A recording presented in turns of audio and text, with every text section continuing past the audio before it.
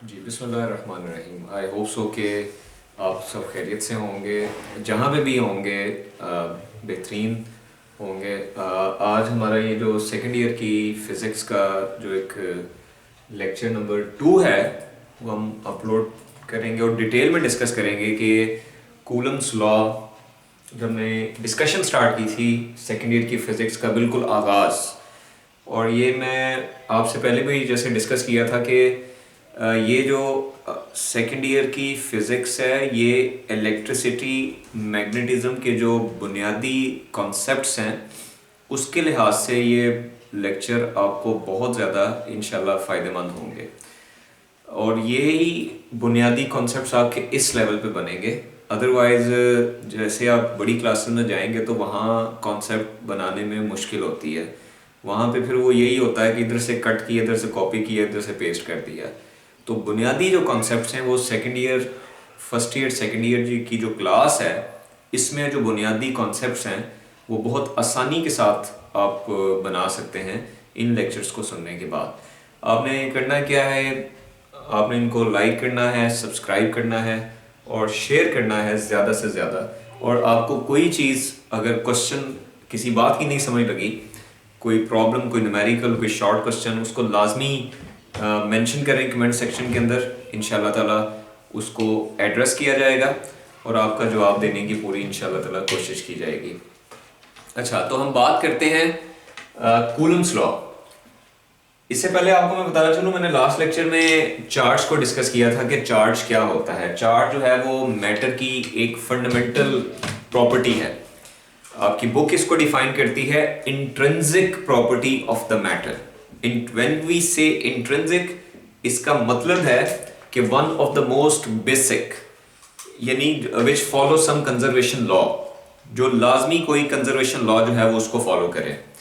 अब मैं बात कर रहा हूँ कंजर्वेशन लॉ की। अब कंजर्वेशन लॉ ये है कि that quantity can not be created not be destroyed but it can be changed from one form to another form and it total amount of that quantity always remain conserved. This is one of the basic thing about the fundamental conservation laws. जैसे इसमें आपको बताता चलूँ, conservation of energy है, इसमें conservation of momentum है, conservation of mass है, conservation of charge है। तो फिजिक्स में आप काफ़ी जो बेसिक लॉज हैं, कंजर्वेशन ऑफ चार्ज भी एक लॉ आप पढ़ेंगे, वो हम आने वाले लेक्चर्स में देखेंगे कि कंजर्वेशन ऑफ चार्ज क्या होता है। तो when we say something is intrinsic property, it must follow some conservation law. वो लाजमी कोई कंजर्वेशन लॉ जो है वो उसको ओबे करेगा। अच्छा, चार्ज के बारे में तो बहुत ज़्यादा हिस्ट्री आपको मिल जाएगी। जो ब्रीफ एक डिस्कशन थी चार्ज के ऊपर, वो एट्रीब्यूट है उसका बेंजामिन फ्रैंकलिन। ये एक फिलोसफर था, साइंटिस्ट था। इसने चार्ज के बारे में कॉन्सेप्ट दिया। इसने कहा कि चार्ज जो है दरअसल एक फ्लूइड की सूरत में, जिस तरह ये सॉलिड, लिक्विड, गैसेस, जो हमारे गैसेस और लिक्विड्स हैं एक फ्लूइड है, इसी उसने कहा कि ये एक फ्लूइड की सूरत में जो इसकी जो प्रेजेंस है वो मौजूद है हर मटेरियल के अंदर। और ये एक मटेरियल से दूसरे मटेरियल में क्या होती है, ट्रांसफर होती है। ये उसने 16th-17th सेंचुरी के इन बिटवीन उसने ये बात कही थी। अच्छा, उसके बाद जो इसमें मेन जो काम जिस बंदे ने किया, जो कि आपके सिलेबस का पार्ट भी है, वो है Charles coulomb. He is a man behind the main contribution in electrostatics. तो चार्ल्स ऑगस्टिन दी कूलम 1785 में 1785 के अंदर उसने चार्ज के बारे में कॉन्सेप्ट दिया। अब वो कॉन्सेप्ट ये था कि किस तरह जो स्टैटिक चार्जेस हैं वो आपस में इंटरैक्ट करते हैं। गो कि इसका जो एक मेथडोलॉजी है, यानी कि तरीक़ेकार है कि उसने किस तरह इसको मालूम किया, इस इंटरैक्शन को। वो अपरेटस जो उसने इस्तेमाल किया उसको टॉर्शन बैलेंस का नाम दिया जाता है, जो कि एफएससी के सिलेबस का पार्ट नहीं है। लेटर ऑन मैं अलग से एक वीडियो उस पर अपलोड करूंगा। टॉर्शन बैलेंस के कूलम ने किस तरह चार्ज को कैलकुलेट किया, दो ऑब्जेक्ट्स के दरमियान जो फोर्स मौजूद थी उसको उसने कैसे कैलकुलेट किया। तो कूलम जो था वो एक मिलिट्री इंजीनियर था, फिजिसिस्ट भी था। तो उसने बुनियादी तौर पर दो चार्जेस के दरमियान जो एक इलेक्ट्रोस्टैटिक इंटरेक्शन था उसके बारे में डिटेल से डिस्कशन की। अब जब हम बात करते हैं इलेक्ट्रोस्टैटिक इंटरेक्शन, तो इलेक्ट्रोस्टैटिक इंटरेक्शन से मुराद ये कि जो दोनों चार्जेस हैं वो रेस्ट पोजीशन पे मौजूद हैं।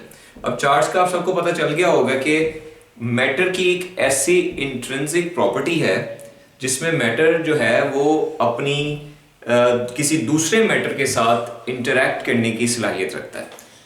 व्हेन वी से इंटरेक्शन, इंटरेक्शन से मुराद क्या है? इंटरएक्शन से मुराद ये है कि वो किसी दूसरे मैटर को अट्रैक्ट करेगा या किसी दूसरे मैटर को वो क्या करेगा?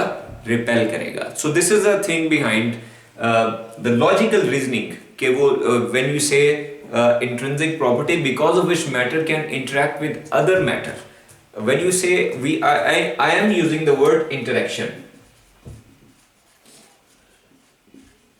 अब जब मैंने इंटरेक्शन की बात की तो इंटरेक्शन में इलेक्ट्रोस्टैटिक्स में इंटरेक्शन से मुराद जो है, इलेक्ट्रोस्टैटिक में इंटरेक्शन से मुराद ये है कि चार्ज जो है वो किस तरह दूसरे चार्ज को क्या करता है? अट्रैक्ट करता है या रिपेल करता है। जो चार्ज कभी नजर तो नहीं आता, लेकिन इंटरेक्शन को समझने के लिए मैं आपको एक एग्जांपल देता हूँ जो कि हम आगे चल के भी पढ़ेंगे। जैसे फर्ज करें डेली लाइफ में आप सबने बार मैग्नेट्स के बारे में देखा होगा। जब आपने बार मैग्नेट्स के बारे में देखा होगा आप देखेंगे कि ये जब दो मैग्नेट्स के सेम पोल्स को आप करीब लाने की कोशिश करते हैं तो आप देखते हैं कि वो एक दूसरे को रिपेल कर रहे होते हैं। ये दरअसल इंटरेक्शन है। किस वजह से वो रिपेल कर रहे होते हैं? बाकायदा आपको फील होगा कि दरमियान में कोई कुव्वत मौजूद है, कोई फोर्स मौजूद है जिसकी वजह से वो दोनों एक दूसरे को या तो कशिश कर रहे हैं या एक दूसरे को वो क्या कर रहे हैं? रिपेल कर रहे हैं। तो इस जो दरमियान में फोर्स मौजूद है इसको दरअसल नाम देते हैं किसका? इंटरएक्शन का नाम दिया जाता है। अब इंटरएक्शन की फिजिक्स के अंदर अगर आप जाएं तो फिजिक्स में जो इंटरएक्शन से मुराद है बेशुमार इंटरएक्शन की टाइप्स हैं। जो एक है वीक इंटरएक्शन और एक है स्ट्रॉन्ग इंटरएक्शन। याद रखना है, ये बड़ी इंपॉर्टेंट बात है जो मैं आपको कूलम्स लॉ के हवाले से बता रहा हूं कि एक है वीक इंटरएक्शन और एक है स्ट्रॉन्ग इंटरएक्शन। जब हम वीक इंटरएक्शन की बात करते हैं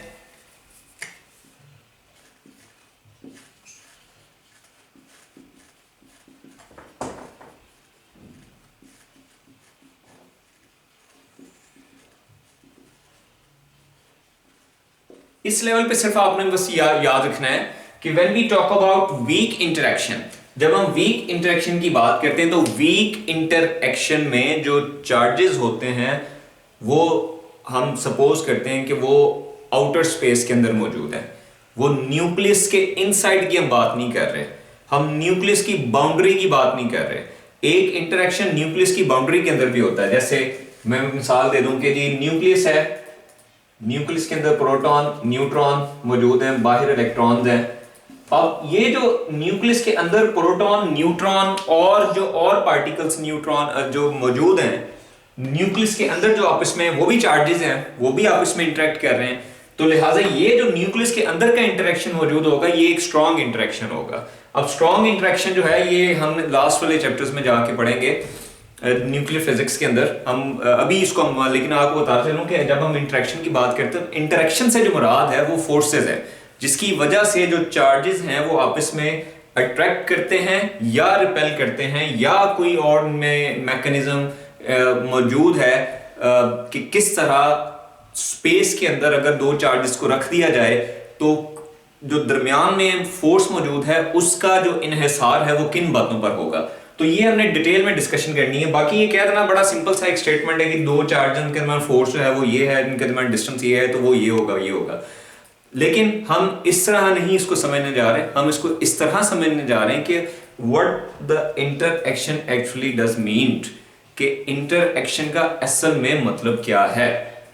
तो I told you try to make you understand what is actually the meaning of interaction. Interaction actually have the meaning driven its meaning from the concept of the force, कि जब charges के दरमियान जो फोर्स है वो ज़्यादा होती है, कब कम होती है, उस फोर्स का किन मीडिया के ऊपर इन्हिसार है, और अगर ये इस फोर्स की रेंज क्या है, जब हम बात करते हैं रेंज की, क्या वो फोर्स न्यूक्लियस के अंदर है या वो फोर्स जो है वो न्यूक्लियस से बाहर है। तो इस लिहाज से हम इंटरेक्शंस को बुनियादी तौर पे दो पार्ट्स में डिवाइड करते हैं, एक वीक इंटरेक्शन है और दूसरा जो है वो स्ट्रॉन्ग इंटरेक्शन है। अच्छा, इसके बाद अब मजीद आगे बात करते हैं और यही इसी इंटरेक्शन से आगे इलेक्ट्रोमैग्नेटिक वेव की जो थ्योरी है वो निकलती है, जो कि आप आने वाले मैक्सवेल इक्वेशंस जो हैं वो आने वाले चैप्टर्स के अंदर इंशाल्लाह ताला हम डिटेल में डिस्कशन करेंगे। तो बुनियादी तौर पे जो इलेक्ट्रोस्टैटिक्स की जो बुनियाद है उसमें कूलम्स लॉ की एक बहुत ज्यादा हैसियत है। समझ लें कि it is the basic building block of electrostatics, कि इलेक्ट्रोस्टैटिक्स जो है वो कूलम्स लॉ के बगैर जो है वो आप समझ लें कि स्टार्ट नहीं हो सकती। One of the founding pillar you can say कि जो कूलम्स लॉ है इलेक्ट्रोस्टैटिक्स, जब हम बात करते हैं इलेक्ट्रोस्टैटिक्स तो इलेक्ट्रोस्टैटिक्स से मुराद चार्जेस एट रेस्ट। मैंने पहले लेक्चर में बताया था कि चार्जेस रेस्ट पोजीशन पे कभी नहीं हो सकते काइनेटिक थ्योरी ऑफ मैटर के मुताबिक। कैसे हो सकता है? अगर हम कह देंगे जी इलेक्ट्रॉन रेस्ट पोजीशन पे पड़ा हुआ है तो what does it mean?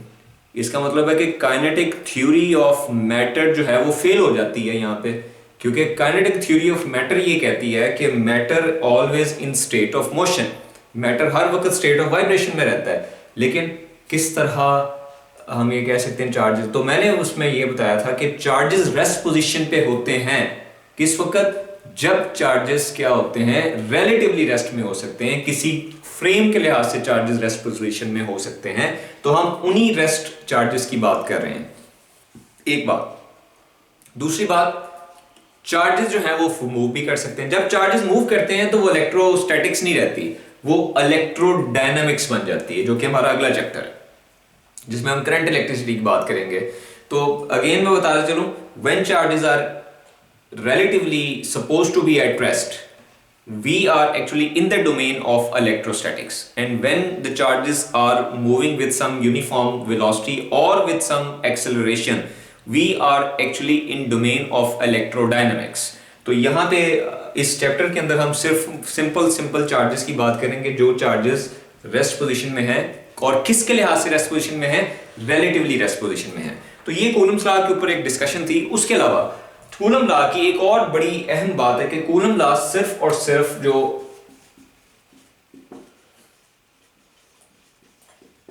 Point charges पे ही अप्लाई होता है। अब हम जब पॉइंट चार्ज की बात करते हैं तो पॉइंट चार्ज क्या होता है? अगर चार्जेस के दरमियान जो फासला है वो उनके डिस्टेंस के हिसाब से, उनके दरमियान जो फासला है चार्जेस के साइज के लिहाज से बहुत ज्यादा हो, तो वो एक दूसरे के लिए पॉइंट चार्ज कंसिडर होते हैं। एक कॉन्सेप्ट। दूसरी बात कि हम चार्जेस को ये सपोज करते हैं कि ये एक रेगुलरली शेप्ड एक पॉइंट है जिसकी ना कोई लेंथ है, ना विड्थ है, ना हाइट है, कुछ भी नहीं है, जस्ट एक डॉट है, और उसी डॉट का दूसरे डॉट के साथ जो इंटरएक्शन है वो भी किस पोजीशन में, रेस्ट पोजीशन पे।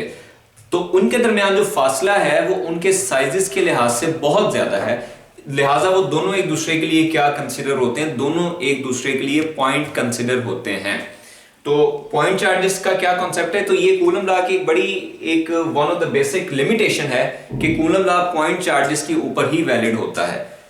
पॉइंट चार्ज अगर नहीं होगा, चार्ज एक इररेगुलर शेप बॉडी पे, तो वहां पे कूलम लॉ को अप्लाई करना रिलेटिवली मुश्किल होगा। अप्लाई तो हो सकता है लेकिन रिलेटिवली मैं कह रहा हूं मुश्किल होगा। तो यहां पे जो हम पढ़ेंगे कूलम्स लॉ वो पॉइंट चार्जेस के ऊपर है, और चार्जेस किस पे हैं, रेस्ट पोजीशन पे मौजूद हैं। ओके, आइए अब बात करते हैं स्टेटमेंट की कि कूलम्स लॉ की जो स्टेटमेंट है वो क्या है।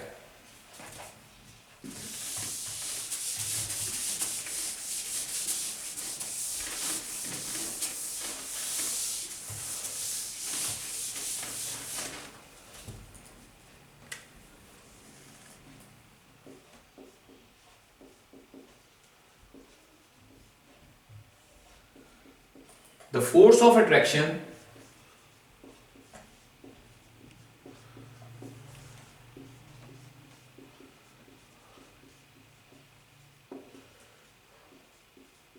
or repulsion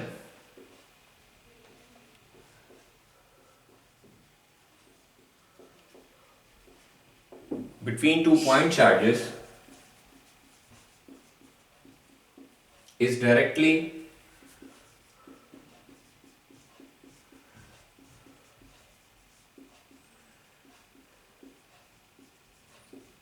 proportional to the product of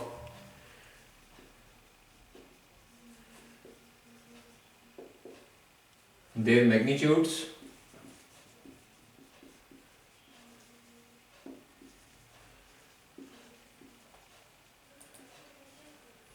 and inversely proportional to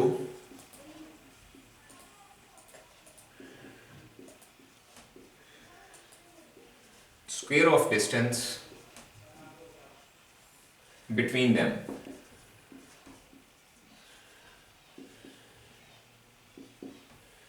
okay तो ये स्टेटमेंट है, यानी कि जो कूलम्स लॉ है वो चार्जेस को हम यहां पे शो करते हैं Q के साथ। मैं सपोज कर लेता हूं ये आपके पास दो चार्जेस हैं Q1 एंड Q2 और इनके दरमियान जो डिस्टेंस है वो है R। अब इनके दरमियान जो फोर्स ऑफ रिपल्शन मौजूद है, ये क्योंकि दोनों पॉजिटिव चार्ज हैं तो लिहाजा फोर्स ऑफ रिपल्शन होगी। इन दोनों के दरमियान जो फोर्स मौजूद है, जो दोनों चार्ज एक दूसरे को इंटरेक्ट कर रहे हैं, उस फोर्स का इन्हिसार चार्ज की मैग्नीट्यूड के प्रोडक्ट पे, यानी कि अगर आप चार्ज की मैग्नीट्यूड्स को आपस में मल्टीप्लाई कर देते हैं Q1 Q2 तो फोर्स का इन्हिसार जो है वो इंक्रीज हो जाएगा, फोर्स जो है वो बढ़ जाएगी, फोर्स की मैग्नीट्यूड। और जैसे ही आप इनके दरमियान फासले को कम करते हैं फोर्स बढ़ जाएगी और जैसे ही फासला ज्यादा होगा फोर्स कम हो जाएगी।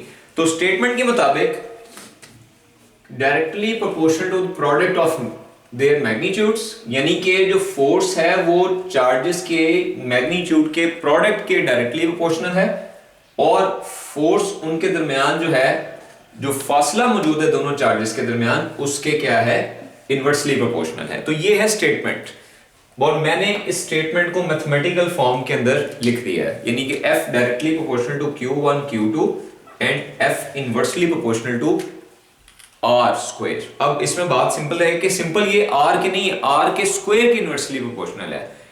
और ऐसे तमाम लॉज जिसमें जो फोर्स है, बात को गौर से सुनिएगा, ऐसे तमाम लॉज जिसमें जो फोर्स है वो चार्ज के दरमियान, जिसमें जो फोर्स है वो डिस्टेंस के स्क्वायर के इनवर्सली प्रोपोर्शनल हो, उनको नाम दिया जाता है इनवर्स स्क्वायर लॉस। जैसे न्यूटन ग्रेविटेशनल लॉ, उसमें जो फोर्स है दो ऑब्जेक्ट्स के दरमियान जो डिस्टेंस है उसके फोर्स इनवर्सली प्रोपोर्शनल है। यहां पे भी फोर्स जो है दो चार्जेस के दरमियान जो डिस्टेंस है उसके इनवर्सली प्रोपोर्शनल। इन तमाम लॉस को इनवर्स स्क्वायर्ड लॉस कहा जाता है। ओके, तो अब इन दोनों स्टेटमेंट्स को कंबाइन करते हैं। जब इन दोनों स्टेटमेंट्स को कंबाइन करिएगा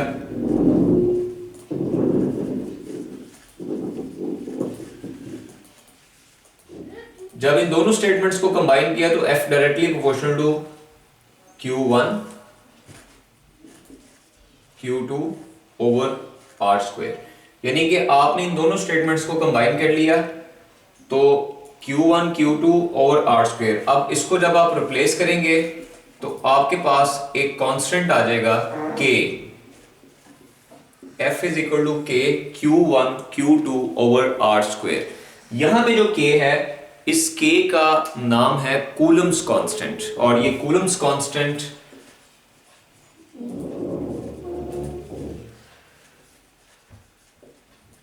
और इसकी जो वैल्यू है 9 into 10 raise power 9 newton metre square पर कूलम स्क्वायर। तो ये आपने K की जो वैल्यू है वो भी याद रखनी है। अब K के ऊपर जो फर्दर डिस्कशन है, ये एक बड़ी डिटेल डिस्कशन है K के ऊपर। हम K का इन्हिसार फर्दर किन बातों पर है, इस पे हम इंशाल्लाह ताला अलग से एक डिस्कशन डिटेल में करेंगे कि जो कूलम्स लॉ का इन्हिसार है वो किन बातों पर है। जो आज का मेरा जो डिस्कशन थी मेन वो ये थी कि जो मैथमेटिकल फॉर्म है कूलम्स लॉ की वो क्या है। अभी इसमें एक और चीज आती है वेक्टर फॉर्म, क्योंकि आप सबको पता है कि जो फोर्स है वो एक वेक्टर क्वांटिटी है। ओके, तो जब फोर्स वेक्टर क्वांटिटी है, इसका मतलब ये हुआ कि फोर्स की कोई ना कोई डायरेक्शन भी होती है। तो हमने वो बताना है कि जो फोर्स की डायरेक्शन है कूलम्स के केस में, कूलम लॉ के केस में वो कैसे होगी, उसको कैसे डिटरमिन किया जाता है। ये अलग से भी क्वेश्चन आ जाता होता है कि determine the vector form of Coulomb's law, कि कूलम्स लॉ की जो आपने जो वेक्टर फॉर्म है उसके बारे में बताना है। तो हम कूलम्स लॉ की जो वेक्टर फॉर्म है उसको यहाँ पे डिस्कस करते हैं कि कूलम्स लॉ में अगर हम वेक्टर्स की रिप्रेजेंटेशन में आते हैं तो क्या है। एक चीज और बता चलो कि जो कूलम्स लॉ है ये दरअसल एक्शन और रिएक्शन लॉ को फॉलो करती है। न्यूटन थर्ड लॉ जो हमें बताता है कि हर एक्शन का रिएक्शन होता है। अब इसका मुराद क्या है, इससे मतलब यह है कि अगर Q1 चार्ज जो है वो Q2 पे फोर्स लगा रहा है तो जवाब में जो Q2 है वो भी Q1 पे फोर्स लगाएगा। तो they form actually action and reaction pair, और इसी एक्शन और रिएक्शन पेयर की सूरत में, एक्शन और रिएक्शन पेयर की सूरत में हम डिस्कस करेंगे कूलम्स लॉ की जो वेक्टर फॉर्म है। तो आइए अब हम कूलम्स लॉ की जो वेक्टर फॉर्म है उसको डिस्कशन करते हैं, और ये खत्म नहीं होना, अभी इसके ऊपर 2 लेक्चर और हैं कूलम लॉ की डिटेल के ऊपर। अभी हम वेक्टर फॉर्म को डिस्कस करेंगे और उसके बाद इसकी जो एक और जो रिप्रेजेंटेशन होगी, एक और डिस्कशन होगी कि फोर्स का जो इन्हिसार है वो किन बातों पर है।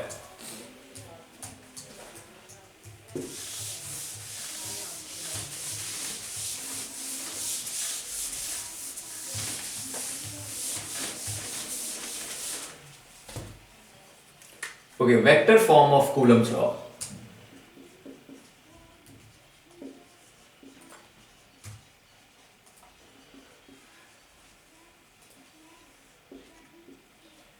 लेट्स सी, आपके पास 2 चार्जेस हैं, इनके दरमियान जो डिस्टेंस है वो है r। मैं ये कहता हूं Q1 और ये है Q2। लेट्स सी कि जो Q1, let F21 is the force exerted by Q1 on Q2। मैं ये सपोज करता हूं कि F21 वो फोर्स है जो कि Q1 लगा रहा है Q2 के ऊपर, F21। और आपको पता है कि फोर्स एक वेक्टर क्वांटिटी है, हर वेक्टर को रिप्रेजेंट करने के लिए एक और वेक्टर रिक्वायर्ड होता है which is considered as its unit vector. तो Q1 जो Q2 पे फोर्स लगा रहा है वो है F21, ये उस फोर्स का क्या है, यूनिट वेक्टर है। ओके, तो इस फोर्स की अगर हम मैग्नीट्यूड लिखेंगे तो वो कुछ इस तरह होगा, बल्कि vector form, magnitude multiply by it's unit vector. Magnitude तो वही होगी कि Q1 Q2 over R square, R21। This is actually the force exerted by Q1 on Q2। इसको मैं इक्वेशन नंबर 1 कह देता हूं। Also suppose force F12 is exerted by Q2 on Q1, यानी कि अब इसका उल्ट,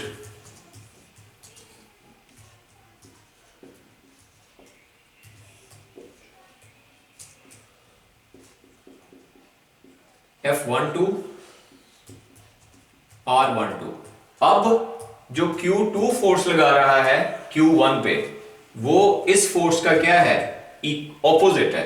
तो मैं F12 को इस तरह लिखूंगा, magnitude multiply by unit vector, and in similar way 1 magnitude की जगह वही बात R स्क्वायर और R12, इसको इक्वेशन नंबर 1 2 कहते हैं। अच्छा, अब इसमें आपने गौर करना है, जैसे मैंने आपको बताया कि कूलम्स लॉ दरअसल एक्शन और रिएक्शन पेयर को फॉलो करता है। जब हम एक्शन और रिएक्शन पेयर की बात करते हैं तो एक्शन और रिएक्शन पेयर में फोर्सेस इक्वल होती हैं और एक दूसरे के क्या होती हैं, ऑपोजिट होती हैं। तो इन दोनों के जो यूनिट फैक्टर होंगे, फोर्सेस किस वक्त इक्वल और ऑपोजिट होती हैं, जब उनके यूनिट फैक्टर भी आपस में ऑपोजिट होंगे। और यूनिट फैक्टर किस वक्त ऑपोजिट होते हैं, जब 180 डिग्री का उनमें शिफ्ट आ जाता है। तो मैथमेटिकली हम उसको किस तरह लिखते हैं कि R12 इक्वल होगा नेगेटिव R21 के। मतलब जो ये वाला यूनिट वेक्टर है R21 और R12, ये दोनों आपस में ऑपोजिट होंगे। तो ये नेगेटिव साइन के साथ में इसको यहां पर रिप्लेस कर दूंगा। तो गौर कीजिएगा, इस वाली इक्वेशन में R12 की जगह जाके मैं पुट कर दूंगा R21, put in equation number 2। Equation 2 में जाके इसको पुट करें, गौर से देखना आपने। इक्वेशन 2 में जाके इसे पुट करें तो आपके पास बच जाएगा F is equal to F12 K Q1 Q2 R square minus R21। तो F12 माइनस को बाहर निकाल लें, K Q1 Q2 R square और ये आ जाएगा R21। ओके, नाउ अब आपने गौर करना है, ये सारे का सारा किसकी इक्वल आ रहा है, इक्वेशन 1 के मुताबिक। आपने इस रेड ब्रैकेट में गौर से देखना है कि K Q1 Q2 over R square into R21, ये दरअसल किसकी इक्वल आ रहा है, ये देखें। इसकी जगह पे आप F21 लगा सकते हैं। तो F12 is equal to minus F21. So this is actually the vector form of Coulomb's law, which actually proves that कि Coulomb force follows the action and reaction Newton third law। कि दोनों forces F12 वो force थी जो कि Q2 लगा रहा है Q1 पे, और F21 वो फोर्स है जो कि Q1 लगा रहा है Q2 पे। तो मैथमेटिकली हमने इसको प्रूव किया, both forces are equal in magnitude but opposite in sign.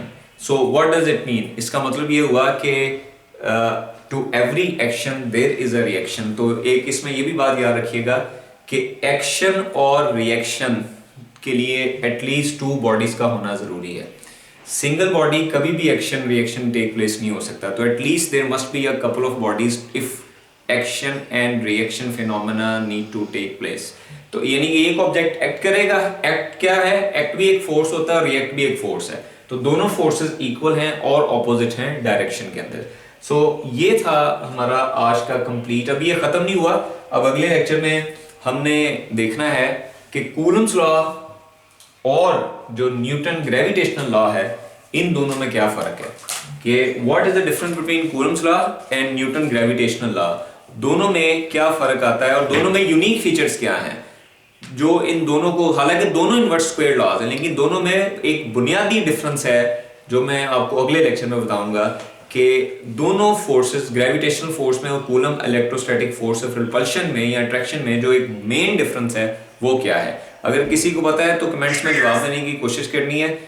So thank you very much. Video को लाइक करें, सब्सक्राइब करें और शेयर करें, और इस हवाले से कोई क्वेश्चन है तो ज़रूर आपने पूछना है। इसको आप वीडियो को रोक के डिफरेंट पोजीशंस पे इस पूरी कैलकुलेशन को देख सकते हैं। Thank you very much. अल्लाह हाफिज़।